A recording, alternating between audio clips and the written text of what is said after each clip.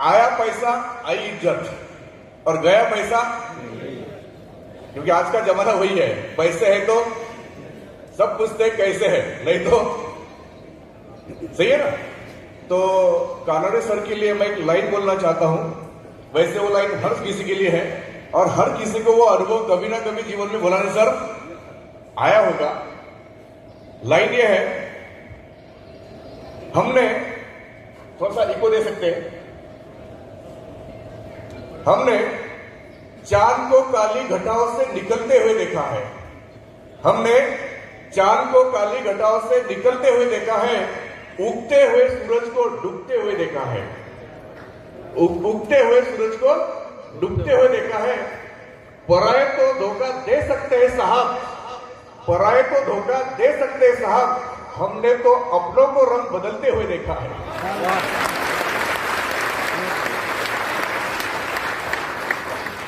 अगर दुनिया आपके साथ उनका सही रंग दिखाए, रंग ना बदले, इसलिए अपना खुद का रंग पक्का होना चाहिए। हेलो, मतलब अपने जेब में क्या होना चाहिए?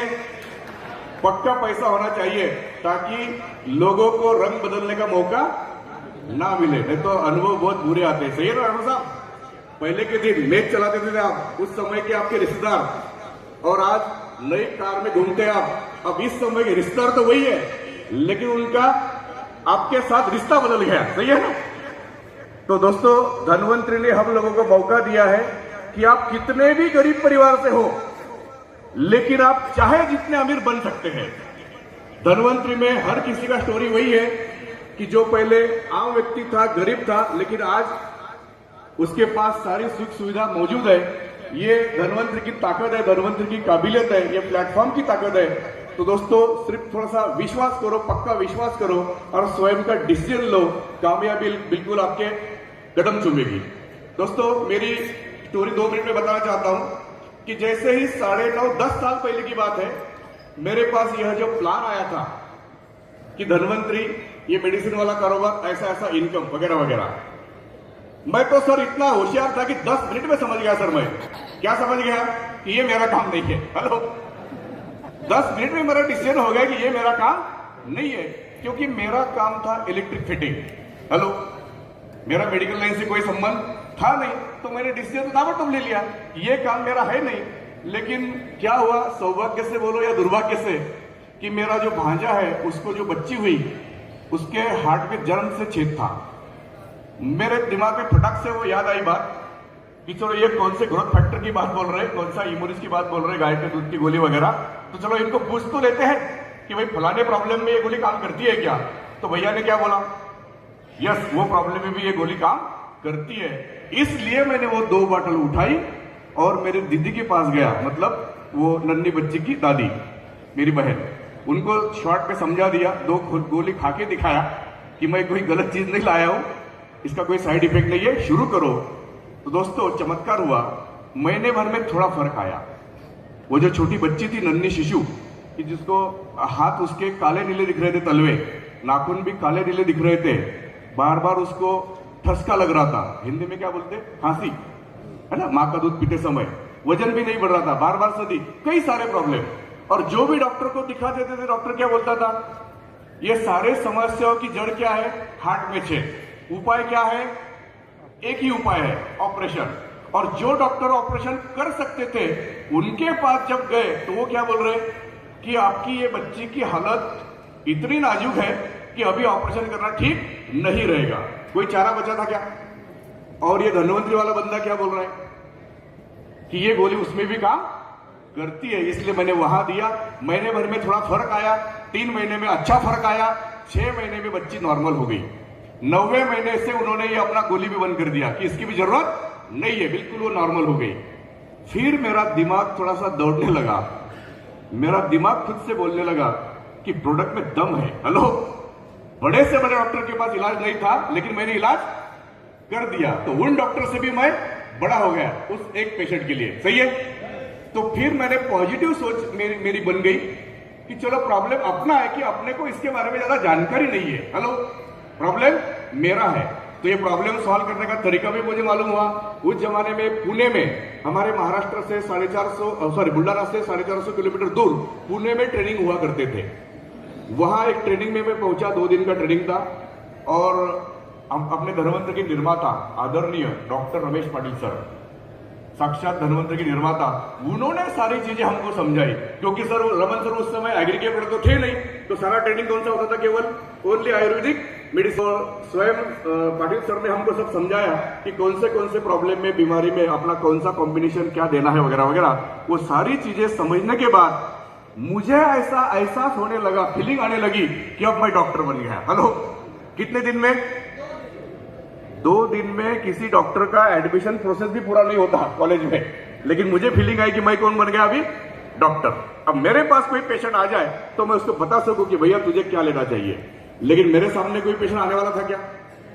लेकिन मैं तो पेशेंट के सामने जा सकता हूं कि नहीं? हेलो, तो मैंने कुछ पेशेंट ऐसे ढूंढ के निकाले और उनके पास गया और उनको, अब तकलीफ पेशेंट को होती है सर, तकलीफ किसको होती है? 4 पेशेंट की अगर आप मुलाकात करते हैं, प्रेजेंटेशन देते हैं, तो 2 लोग तो हाँ बोल ही देते हैं, क्योंकि प्रॉब्लम किसको है? पेशेंट को है। और अपन क्या लेके जा रहे हैं उसके पास? सोल्यूशन। जब मैंने 4 पेशेंट को प्रोडक्ट दिए, बात की, तो 2 पेशेंट ने लिया, उनको बढ़िया रिजल्ट आए। रिजल्ट आने के बाद फिर मेरे के अंदर का मार्केटिंग पर्सन जागृत हुआ कि अब ये आया हुआ रिजल्ट कैश कैसे करना है। हेलो, ये पेशेंट तो अपने साथ घूमेगा नहीं कि चलो मेरे साथ 2 लोगों को बताने के लिए मुझे अच्छा रिजल्ट आया, ये संभव है क्या? तो फिर मैंने क्या किया कि ये पेशेंट का एक वीडियो बनवाना चाहिए। हेलो, ताकि मैं लोगों को, लेकिन समस्या क्या थी? समस्या ये थी कि वीडियो बनाने के लिए कसाना सर मेरे पास वो वाला मोबाइल नहीं था। हेलो, मेरे पास तो छोटा सा था टिपरू हेलो बोलने के लिए। तो मैंने मेरे भाई है जो सर्विस में थे गवर्नमेंट, उनसे एक मोबाइल उनका लिया, उनको कन्विंस किया कि मेरा हेलो वाला थोड़े दिन आप रखो और आपका वो एंड्रॉइड वाला जरा मुझे दे दो। वो मान गए, उन्होंने दे दिया। मेरे से छोटा था उम्र में, हाँ बोल गया। तो फिर मैंने वो पेशेंट के वीडियो बनाए और फिर दूसरे पेशेंट को दिखाया कि मैं आपके ऊपर कोई पहला प्रयोग करने नहीं आया हूं, मैंने कई आपके जैसे पेशेंट ठीक किए हैं। तो फिर धीरे धीरे क्या हुआ, पेशेंट का सिलसिला बढ़ता गया। फिर मेरे जो मित्र परिवार है वे भी जागरूक हो गए। हेलो, कि बंदे का काम तो चलने लगा है। फिर हमारे माटरगांव अशोक मोरे सर जुड़ गए, टीके बोलाने सर जुड़ गए, अवचार साहब जुड़ गए, टेकाड़े साहब जुड़ गए, उधर रिंडे सर जुड़ गए, ढवले सर जुड़ गए, डॉक्टर खरसी सर जुड़ गए। ऐसा करते करते धीरे धीरे टीम की साइज क्या हो गई, बढ़ते गई। फिर क्या क्या बदला, वो जो मैंने उधार मोबाइल लाया था किसी का, मैंने क्या किया, फिर इनकम आया तो लिनो लिया मैंने, लिनो, और वो उसको वापस कर दिया। फिर अच्छा इनकम हुआ तो मैंने एक 32,500 रुपए का सैमसंग लिया और ये लिनो भी उसको भेंट कर दिया कि ये भी तू रख। हेलो, क्योंकि तेरे ही मोबाइल से मेरी चल पड़ी है। हेलो, सही है ना? हाँ। तो आगे क्या हुआ, फिर मैंने वो 32,500 का मोबाइल भी बदला, अभी 1,05,000 का सैमसंग लिया है और अभी उसको भी बदलने की तैयारी कर रहा हूं। हेलो, हाँ, आने वाला मेरा मोबाइल कम से कम 1.5 लाख रुपए का रहेगा। ठीक है, तो केवल मोबाइल बदला है क्या? क्या क्या बदला फिर? तो यूं कहो, बीवी और बच्चे छोड़ के सारी चीजें बदल रही है। हेलो, हाँ, पहले एक मकान नहीं था, अभी बुल्डाना में मेरे 2-2 फ्लैट का कंस्ट्रक्शन चल रहा है। पहले एक कोई दुकान नहीं था, अभी 2-2 दुकान लिए। अब सोच रहा हूं उसमें एक में तो ब्यूटी पार्लर बनाया मिसेस ने, और दूसरे को अभी क्या करना है सोचना पड़ रहा है, किराए से दूं कि बेच दूं। हेलो, ये स्थिति है। सोना चांदी वगैरह बहुत सारी चीजें मिली, अरे हर चीज बदल गई, लेकिन एक चीज नहीं बदली मैंने अभी तक, वो है मुझे मालूम है कि ये सारा जो सक्सेस मुझे मिला है वो मेहनत से मिला है। इसलिए ये जो मेहनत करना है ये मैंने कभी नहीं बदला। मेरा कपड़ा बदला, घड़ी बदली, शूज बदले, हर चीज बदल रही, लेकिन मेहनत मेरी अभी तक नहीं बदली है। आज भी मैं महीने के 20-25 दिन काम करता हूं, क्योंकि मुझे मालूम है कि आज अगर मुझे 7 लाख रुपए महीने के मिल रहे हैं, लेकिन मुझे अगर महीने का 15 लाख चाहिए, 20 लाख चाहिए, तो ये मेहनत वाला सिलसिला मुझे जारी रखना पड़ेगा। सही है? हाँ। कल हमारे गुरुदेव आदरणीय संजय चौधरी सर को आप लोगों ने सुना सबने, लेकिन वे सबसे ज्यादा प्यार मुझसे करते हैं, आप लोगों से नहीं। इसलिए उन्होंने सारी बातें आपको बताई, लेकिन एक चीज आपको उन्होंने नहीं बताई सर, जो केवल मुझे बताई है। लेकिन मैं आप सबको प्यार करता हूं, इसलिए वो चीज आप सबको बताना चाहता हूं। सर ने क्या बोला है, धनवंतरी यह बोलने का बिजनेस है। सर ने क्या बोला है, धनवंतरी ये समझने का बिजनेस है और धनवंतरी यह समझाने का बिजनेस है। लेकिन एक चीज उन्होंने नहीं बोली कि ये रोज बोलने का बिजनेस है, ये रोज करने का बिजनेस है। ये चीज उन्होंने केवल मुझे बोली थी कि धनवंतरी कभी कभी बोलने का बिजनेस नहीं है, धनवंतरी की बैग उठा के कभी कभी किसी के घर जाने का बिजनेस नहीं है, धनवंतरी के मीटिंग में कभी कभी जाने का बिजनेस नहीं है, धनवंतरी रोज करना पड़ता है। तो आपको क्राउन एम्बेसडर बनने से कोई रोक नहीं सकता। मुझे लोग पूछते हैं कि आप में ऐसी क्या खासियत है, आपको कैसे ये सक्सेस मिला? सर, सक्सेस का कोई रहस्य नहीं है, बस इतना ही है कि मैंने इसको बिजनेस समझा और बिजनेस का यही एक ही डेफिनेशन है, चाहे छोटी दुकान हो या बड़ी हो, छोटा शोरूम हो या बड़ा हो, पान ठेला हो या पान की बड़ी शोरूम हो, एक ही डेफिनेशन है कि उसको रोज खोलना पड़ता है, दुकान को रोज खोलना पड़ता है। अगर आपको डायमंड जाना है, क्राउन जाना है, तो आपको धनवंतरी वाली दुकान रोज खोलनी पड़ेगी। मतलब क्या करना पड़ेगा? अपनी बैग उठा के रोज कम से कम 2 लोगों को प्लान दिखाना पड़ेगा। ये सिलसिला जारी रखो, आपका हर 3 महीने 6 महीने प्रमोशन बनते रहेगा और आप कब डायमंड बनोगे पता भी नहीं चलेगा। दोस्तों, अब सबसे बड़ी बात है कि होता क्या है कि मैं जब मेरा इनकम शो करता हूं, ऑर्चिड होटल में मेरा बड़े स्क्रीन पे 1 साल का 85 लाख रुपए का इनकम टैक्स वेबसाइट से स्क्रीनशॉट कितने लोगों ने देखे हैं? कई लोगों ने मेरा इनकम देखा है, original screenshot income tax website द्वारा। राठौर सर, बराबर? दिक्कत क्या होती है? ये देखने के बाद लोग बोलते हैं सर आपको 7 लाख रुपए मिल रहे हैं, इस पे हमको कोई डाउट नहीं है। हेलो, पक्का आपको मिल रहे हैं, लेकिन डाउट क्या है उसका कि ये 7 लाख इनकम हमको मिलेगा क्या? हेलो, मतलब प्रॉब्लम कहां है? विश्वास की कमी हो रही। दोस्तों, इस दुनिया में विश्वास की बहुत बड़ी ताकत है। मुझे आज भी याद है और मैं मेरे हर सेमिनार में, हर मीटिंग में यूपी के एक शख्स का नाम जरूर लेता हूं। क्या नाम है वो? शंभू रतन सिंह। देखो, मेरे लोगों को भी मालूम है, क्योंकि उसी प्रोग्राम में, ट्रेनिंग में जो एक चीज हुई थी कि यूपी से शंभू रतन सिंह जी आए थे सर हमारे महाराष्ट्र में, और वे नए नए डायमंड थे, तो उनका कंपनी द्वारा एक सम्मान किया गया। फिर उनको माइक दिया गया 2 मिनट बोलने के लिए। उनके स्पीच से मुझे मालूम हुआ था कि सर केवल 8वीं कक्षा पढ़े हैं। उनके स्पीच में ही मुझे मालूम हुआ कि सर का जो पेशा है वो ड्राइविंग का है, वे बस के ड्राइवर है। बस यहां खुजली चालू हो गई कि ये बस का ड्राइवर 8वीं पढ़ा बंदा अगर डायमंड बन चुका है तो यही मोमेंट गारंटी है कि मैं भी डायमंड बन सकता हूं। वो ट्रेनिंग प्रोग्राम से जो मैं विश्वास लेके गया घर, तो दोस्तों मेरे मार्ग में, मेरे डायमंड बनने के सिलसिले में कोई दिक्कत नहीं आई, क्योंकि विश्वास क्या हो गया था? पक्का हो गया था। तो फिर यही विश्वास आप लोग घर लेके जाते हैं, यस मुझे भी डायमंड बनना है, तो आपको भी दुनिया की कोई ताकत रोक नहीं सकती। विश्वास में बहुत बड़ी ताकत होती है। अब यहां से प्रोग्राम खत्म करने के बाद में, पूरा करने के बाद में, कई लोग अयोध्या, काशी वगैरह जा रहे हैं, सही है ना? हाँ, राम लल्ला जी के दर्शन करने जा रहे हैं। तो जाते जाते मैं विश्वास का एक एग्जाम्पल बताता हूं कि विश्वास में देखिए कैसी ताकत होती है कि वो जो वाकया हुआ था कि माता सीता जी का अपहरण कर लिया था, हरण कर लिया था रावण ने, है ना? और फिर वो आगे सिलसिला क्या हुआ? युद्ध की स्थिति बनी और लंका पे जो आक्रमण करना था, तो बीच में क्या था? समंदर। तो फिर क्या चालू हुआ प्रोसेस? एक पुलिया का निर्माण चालू हुआ। क्या बोलते उसको? सेतु निर्माण। लेकिन उस जमाने में तो एक क्रेन मशीन वगैरह, सीमेंट वगैरह तो शायद थे नहीं, तो बड़ी दिक्कत थी ना। तो कैसे वो सेतु का निर्माण चालू हुआ कि उस पत्थर पे नाम लिखा जाता था राम जी द्वारा, श्री राम, और पत्थर को पानी में रखते थे तो पत्थर क्या होता था? डूबता नहीं था, तैरता था। और ऐसे पुल का निर्माण चालू हो गया। कुछ गुप्त हेरो द्वारा ये सारा न्यूज जो है वो कहां पहुंच गई? रावण के राज्य में पहुंच गई कि हमारे राज्य पर ऐसा शत्रु आक्रमण करने आ रहा है और उनके पास इतनी बड़ी विद्या है कि बड़े से बड़े पत्थर पे अगर वो नाम लिखते हैं तो पानी में वो पत्थर डूबते नहीं। तो पब्लिक में जरा कुछ चालू हो गई, मतलब चर्चा चालू हो गई प्रजा का। रावण की जो प्रजा है उनका कॉन्फिडेंस थोड़ा लो होते गया। ये जो संभाषण है एक दूसरे में कि अपने राजा में तो ये विद्या नहीं है, फिर अपना कैसे होगा, लोग डरने लगे। धीरे धीरे ये बातचीत कहां तक पहुंच गई, उनके मंत्रियों तक पहुंच गई। फिर मंत्रियों ने रावण जी को बोला कि महाराज अपनी प्रजा जरा डर रही है, वो समझना चाहते कि आपके पास भी ये विद्या है कि नहीं। अब रावण उतना तो माहिर था, उसको मालूम था अगर मैं बोलूं मेरे पास नहीं है तो पूरे सैन्य का कॉन्फिडेंस लूज हो जाएगा। उसने बोल दिया चिंता की कोई बात नहीं, वो वाली विद्या बोले मेरे पास भी है।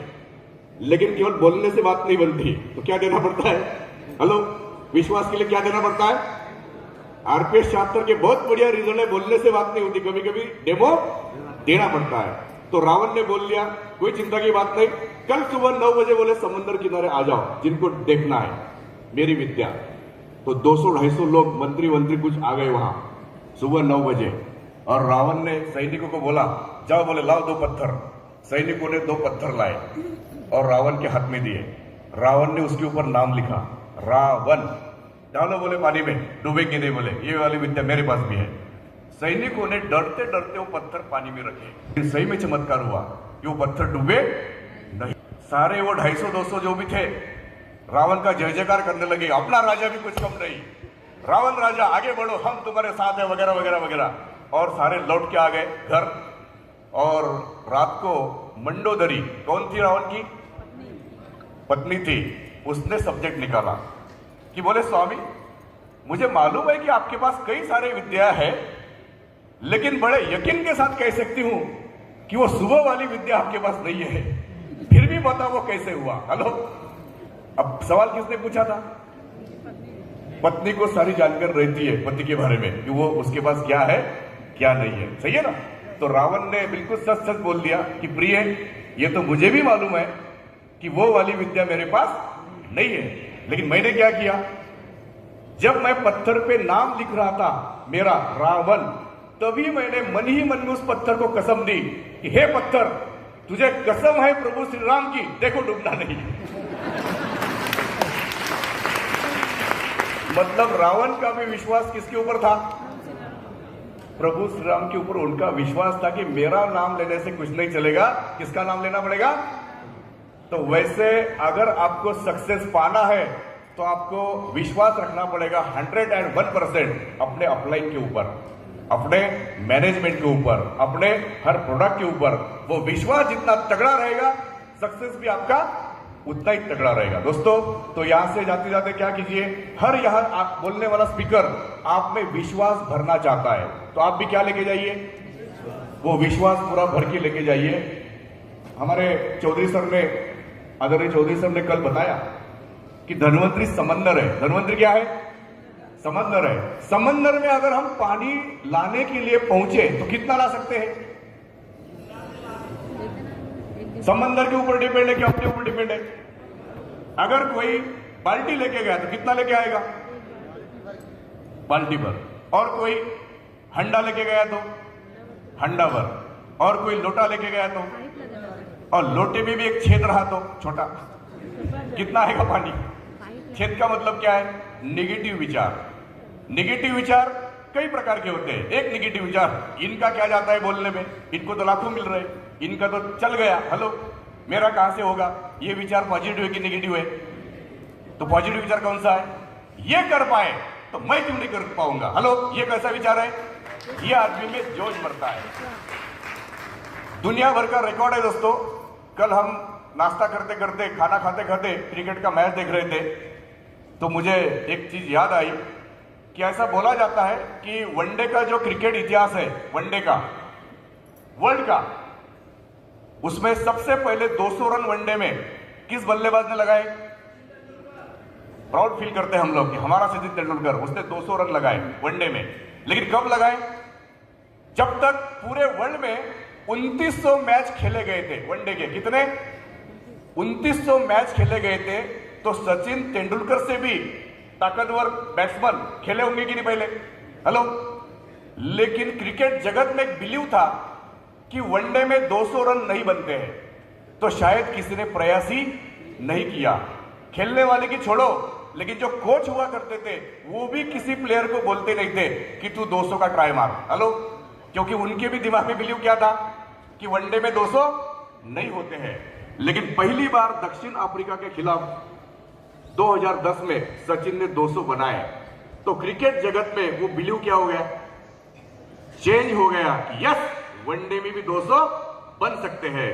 और उसके कुछ ही दिनों बाद जब सहवाग खेलने जाता था तो सहवाग के दिमाग में क्या खुजली होती थी, हेलो, वो मन ही मन में सोचता था कि ये तेंडल्या मेरे से 2 फीट भर कम, हेलो 4.5 फीट का तेंडल्या, उसको तेंडल्या बोलते हैं वो प्रेम से, ये अगर 200 मार सकता है तो मैं तो इतना हट्टा कट्टा तगड़ा हूं, मैं क्यों नहीं कर सकता।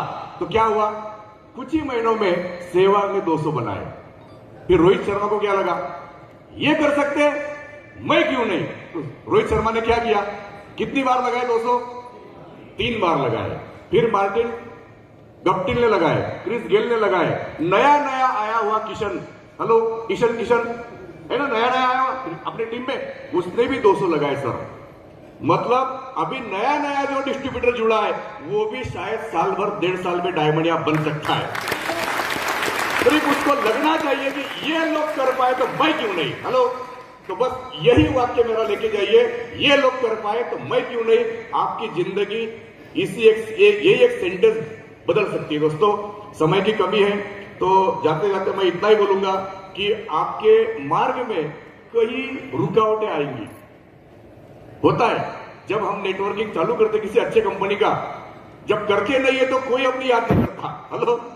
जब आप कुछ करते नहीं तो खास कोई आपको याद नहीं करता, लेकिन जब आप चल पड़ते हैं तो बीच में लोग रुकावटें डालते हैं। कौन सी रुकावटें, कोई आपका रिश्तेदार कोई दोस्त आके बोलता है कि तेरा धनवंती चल रहा है ना, साथ साथ में मेरा भी ये कंपनी का भी काम कर, तुझे डबल पैसा मिलेगा। ऐसा होता है क्या?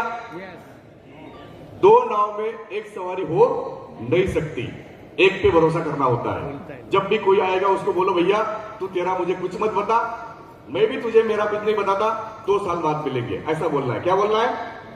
2 साल बाद मिलेंगे। क्यों बोलना है ऐसा? मैं आपको लिख के देता हूं कि 2 साल बाद वो आपको मिलेगा नहीं। अगर मिल भी गया तो उसको बोलना कि अभी ये तू 2 साल पहले वाला ही प्लान चल रहा है कि दूसरा चल रहा है। वो क्या बोलता है, अभी तो मेरा तीसरा चल रहा है, हेलो। मतलब जो 2 साल एक कंपनी में टिकता नहीं या उसकी कंपनी 2 साल तक टिकती नहीं, ऐसे कंपनी का प्लान समझने के लिए अपना फालतू का 1 घंटा खर्च करना है क्या? तो पूरा विश्वास हमारा कहां होना चाहिए कि मुझे डायमंड बनना है, मुझे क्राउन बनना है, लेकिन कौन सी कंपनी में बनना है? ओनली धनवंतरी। कौन सी कंपनी में बनना है? ओनली धनवंतरी। देखो दोस्तों, एक आदमी का देहांत हुआ, उसने बहुत ही पूजा अर्चा की थी, बहुत अगरबत्तियां जलाई थी, तो उसका अपेक्षा थी कि मेरा नंबर कहां लगेगा, ऊपर नर्क में लगेगा कि स्वर्ग में लगेगा, हेलो। तो जैसे ही ऊपर पहुंचा तो वो बोला कि चलो चलो जल्दी मेरा आधार कार्ड लो, रजिस्ट्रेशन कराओ, मेरा स्वर्ग वाला कमरा मुझे दिखा दो। तो वहां के जो चौकीदार थे वो उसको समझा रहे थे, अरे ऐसा कुछ नहीं, तू यहां आने के बाद डिसाइड कर तुझे स्वर्ग चाहिए कि नर्क चाहिए, ऐसा कुछ नहीं बोले। तो बोला ऐसा? हाँ। नहीं बोले मुझे पहले स्वर्ग दिखाओ। तो उसको स्वर्ग दिखाया, स्वर्ग का दरवाजा खोला और उसने जो अपेक्षा है, मतलब जो कल्पनाएं की थी, वही उसको दिखने लगा कि यहाँ तो कितना अच्छा म्यूजिक बज रहा है, छोटा छोटा बारीक म्यूजिक बज रहा है, और यहाँ मधुर सुगंध बह रहा है, यहाँ पाची पकवान मतलब ढेर सारा शाकाहारी जो चीज खाने को यहाँ सब मिल रही है, नींबू शरबत मिल रहा है, वगैरह वगैरह सारी चीजें मिल रही। तो उसको बड़ा अच्छा लगा कि स्वर्ग मैंने जैसी कल्पना की थी वैसा ही दिख रहा है। कुछ अप्सराएं क्लासिकल डांस कर रही थी लिमिटेशन में। तो वो चौकीदार उसको क्या बोलता है कि भैया ये स्वर्ग तो आपने देख लिया, लेकिन बोले आए हो इतने सालों के बाद, ये दोबारा मौका नहीं मिलता, हेलो। आदमी ऊपर कितनी बार पहुंचता है? अब आए हो बोले एक बार तो हमारा नर्क देख तो लो। क्या बोलता है वो? देख तो लो। वो बोलता नहीं, नर्क मुझे मालूम है कैसा लगता है, मुझे मत दिखाओ, लेकिन ये पीछे ही पड़ता है। एक बार देखने में क्या जाता है, हेलो। एक बार मेरे कंपनी का प्लान समझने में क्या जाता है, देख तो लो, हेलो। बोलते हैं लोग ऐसा, तो फिर वो मान जाता है, चलो बोले तेरा नर्क भी दिखाओ, देखने में क्या है, बोले देख ले देख बार। जैसे ही नर्क का दरवाजा खोलता है, इसको तो आश्चर्य का झटका ही बैठता है। वहां तो एक बारीक म्यूजिक बज रहा था क्लासिकल, यहां तो ढ्या ढ्या डीजे बज रहा है नर्क में। उधर तो केवल शुद्ध शाकाहारी भोजन चल रहा था, इधर तो हर चीज वेज नॉनवेज सब मौजूद थी। उधर तो केवल नींबू शरबत पे बात चल रही थी, हेलो। इधर तो जो ब्रांड उसने कभी देखे भी नहीं थे, केवल सुने थे, वो भी परोसे जा रहे थे, वो भी मौजूद थे। उधर तो केवल देसी अप्सरा डांस कर रही थी क्लासिकल, इधर तो रशियन अमेरिकन अप्सरा भी डांस कर रही थी, इधर तो मसाज की भी फैसिलिटी मिल रही थी। अब उसको पूछा गया, आप बताओ कि आपको स्वर्ग चाहिए कि नर्क चाहिए? इसका जवाब क्या था? यहां आने के बाद पता चला कि स्वर्ग से भी अच्छा क्या है। तो बोले जल्दी ले ले मेरा आधार कार्ड और मेरा रजिस्ट्रेशन कर ले, जाने दे मुझे जल्दी नर्क में। तो जैसे उसका आधार कार्ड लिया, नाम नोट किया, उसको नर्क में भेज दिया, वैसे ही वो चौकीदार ने पीछे का जो मेन स्विच था वो स्विच ऑफ कर दिया। अभी जितनी भी लाइटिंग थी वो काय में तब्दील हो गई, घना अंधेरा। अब तो वो सांप, कीड़े मकोड़े और वो बदबू, जो भी उसने नर्क की कल्पना करते हैं ना, वो सारा उसको महसूस होने लगा। अब चिल्लाने लगा, चीटिंग चीटिंग चीटिंग बोले, मेरे साथ चीटिंग हो गई। तुम लोगों ने बोले 10 मिनट पहले मुझे जो दिखाया था वो क्या था? ये बोल रहे थे वो तो हमारे कंपनी की एड चल रही थी जिसमें तू फंस गया। दोस्तों, पिछले कई सालों में जितनी कंपनियां डूब गई, मर गई, भाग गई, उनके प्लान एट्रैक्टिव थे कि नहीं? हेलो, तो ऐसे किसी भी कंपनी के चपेट में, किसी भी लीडर के चपेट में आना, खुद को भी बचाना है और अपनी टीम को भी बचाना है। जय धन्वंतरी, धन्यवाद।